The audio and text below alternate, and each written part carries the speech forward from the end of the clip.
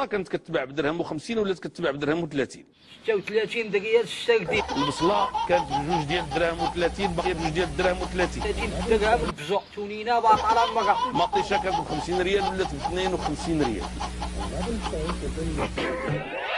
لي بانان كانوا كيتباعوا 7 دراهم باقيين كيتباعوا 7 دراهم. ملي واحد 3 كيلو من عندي هنايا حتى لهنايا او غيجي عندك العائل ديالي من هنايا. التفاح كيتباع ب 8 دراهم باقي كيتباع ب 8 دراهم.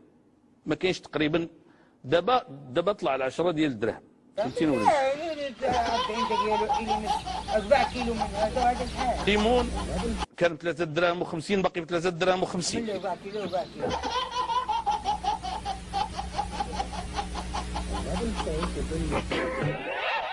وسمحوا لي غنقول لكم واحد القضيه، حتى الجوع باقي موجود. حتى الا كان الكلام شويه قاصح ما يضرش، غير شي مرات كنشعر به ماشي معقول كيطلع لي الدم من حوالي.